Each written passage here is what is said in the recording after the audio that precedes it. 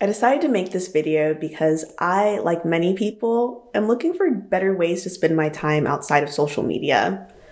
I also really need a better answer to what do you do for fun other than looking up random things on the internet? And of course, sleeping.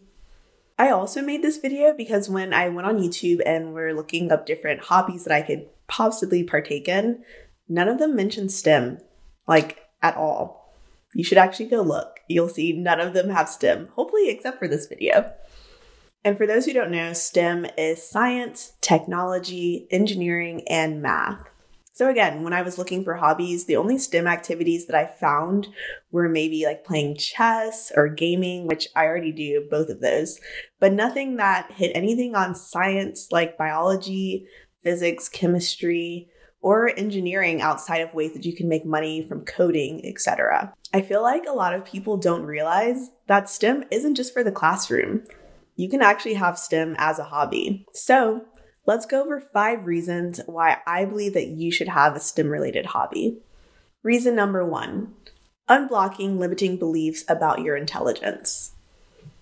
I think a lot of us have this idea that we're not smart enough to have hobbies related in STEM or to pursue careers in STEM. And these typically come from just times in the classroom.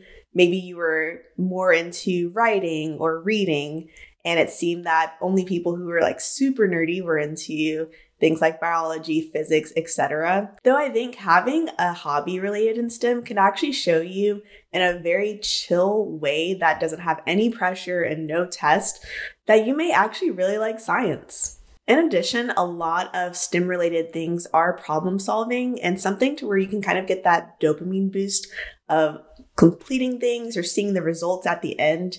Whereas I think a lot of other studies are more so subjective to where it's like, oh, like, am I a good writer? Of course, there are different things that could make you a great writer and there are terms, but with science and other STEM things, you kind of just get an answer at the end or you get the result. And if you don't get the result, you keep trying until you get the result.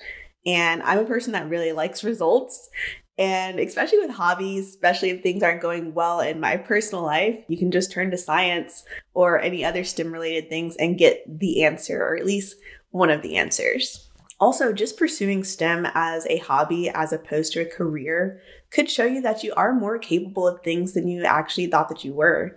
It could even turn into a career, but even if it just stays as a hobby, hopefully it shows you that you can do more than maybe you did in the classroom. Reason number 2, replace your boredom and social media usage. So I don't know the last time that you checked your screen time, but I recently checked mine and it wasn't as high as I thought it was, but it was still pretty high. On average, I spend maybe about 2 hours on social media. I saw at my highest, it was like 4 hours, which I do think is quite a lot. But I would love to see what yours is. If you feel like sharing, definitely put it down in the comments. But I know a lot of us are also trying to figure out ways to either limit our time on social media or get off of it completely just so that we can feel better about ourselves. So with that, you could replace all of that time that you have with STEM if you wanted to.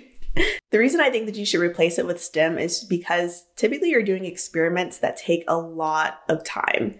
So you may have some experiments that you could do in a few hours, but a lot of experiments, you're waiting for things to grow or you're waiting for things to dry, a few other things to where it's going to take time. And in that time, you could be just either waiting or studying things to make sure that you are following the experiment correctly. Either way, it's just something that takes up a lot of your time to where you're not really bored because you're learning or you're waiting for the next thing to happen to where you could be watching YouTube videos like this one in the meantime. Also, another reason to replace your social media time with STEM is that it's more hands-on. You're typically moving or observing. Depending on which study you decide, you may be actually going outside more often. For instance, if you decide to do something in identification, therefore, you're actually going out and seeing the world as opposed to just observing the world on your phone. And that brings me to reason number 3. Learn more about yourself and the world around you. So if we take just one of the more popular concepts in STEM, is the science aspect, which a lot of people go into biology, or that's probably the first science that you think of. And why is that? Because biology is the science of life. And if you're learning more about biology or even physics, which is the science of matter, you're literally learning about the world around you and yourself and how you move in it and how you interact in it. And I feel like we as humans should just learn more about ourselves.